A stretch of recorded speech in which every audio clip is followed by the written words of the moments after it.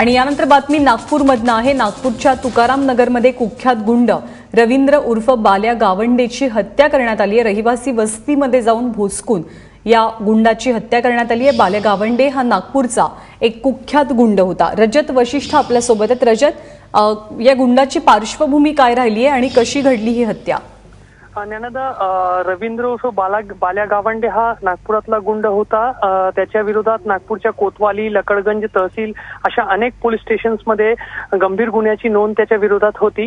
गेल्या काही वर्षापासून तो प्रॉपर्टी डीलिंगच्या व्यवसायामध्ये उतरलेला होता आणि काल रात्री तुकाराम नगर परिसरात एका घरामध्ये टेरेसवर पार्टीचं आयोजन करण्यात आलेलं होता आणि त्या पार्टीमध्ये सहभागी होण्यासाठी तो आपल्या अर्टिका कारने त्या ठिकाणी पोहोचलेला होता।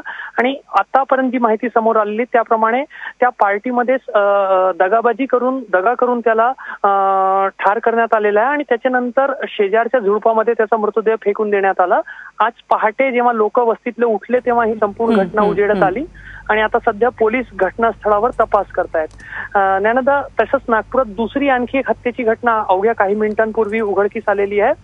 अत्यंत गजबजलेल्या सदर परिसरातल्या बाजारामध्ये एका वेल्डिंग दुकानदाराची हत्या करण्यात आलेली आहे। तिथेही पोलीस तपासासाठी पोहोचले आहे, मात्र मारेकरी या ठिकाणातून फरार झालेले आहे। त्यामुळे एकाच रात्रीत नागपूरच्या 2 गजबजलेल्या भागांमध्ये हत्येच्या घटना घडलेल्या आहे आणि त्यामुळे पोलिसांसमोर एक मोठे आव्हान निर्माण झालेले आहे।